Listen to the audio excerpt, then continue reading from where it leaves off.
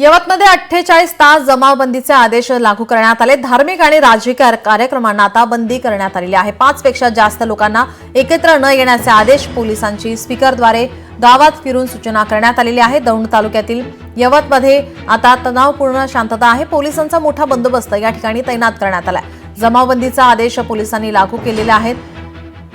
दगडफेक जाळपोळ या ठिकाणी झाल्यानंतर आता या ठिकाणी तणावपूर्ण शांतता पोलिसांनी माहिती दिली आहे। यवत गाव व परिसरामध्ये जातीयता निर्माण झाल्याने दिनांक 1/8/25 ते दिनांक 3/8/25 रोजीचे 24 वाजेपर्यंत जमावबंदी आदेश लागू करण्यात आलेला आहे। 5 किंवा 5 पेक्षा जास्त लोकांना एकत्र थांबण्यास मनाई आहे।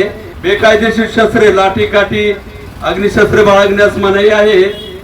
प्रतिबंधित केलेल्या परिसरात मोर्चा आंदोलने करण्यास मनाई आहे। कोणते धार्मिक व राजकीय कार्यक्रम घेण्यास मनाई आहे। महाराष्ट्रामध्ये जातीय आणि धार्मिक दंगली घडवण्याच्या सुपाऱ्या या सरकार पक्षातर्फे दिल्या जातात। महाराष्ट्र पूर्वी असा नव्हता। लहान लहान घटनावरून दंग्यांचे फडके उडतायत, हल्ले होत आहेत प्रार्थना स्थळांवर, सर्वत्र वातावरणात तणाव निर्माण करायचा, धार्मिक विद्वेष निर्माण करायचा आणि मग अशा पद्धतीनं समाजामध्ये विष पसरवून निवडणुकीला सामोरं जायचं। हे फक्त महाराष्ट्रात नाही तर देशभरात भारतीय जनता पक्षाचे एक राष्ट्रीय धोरण ठरले।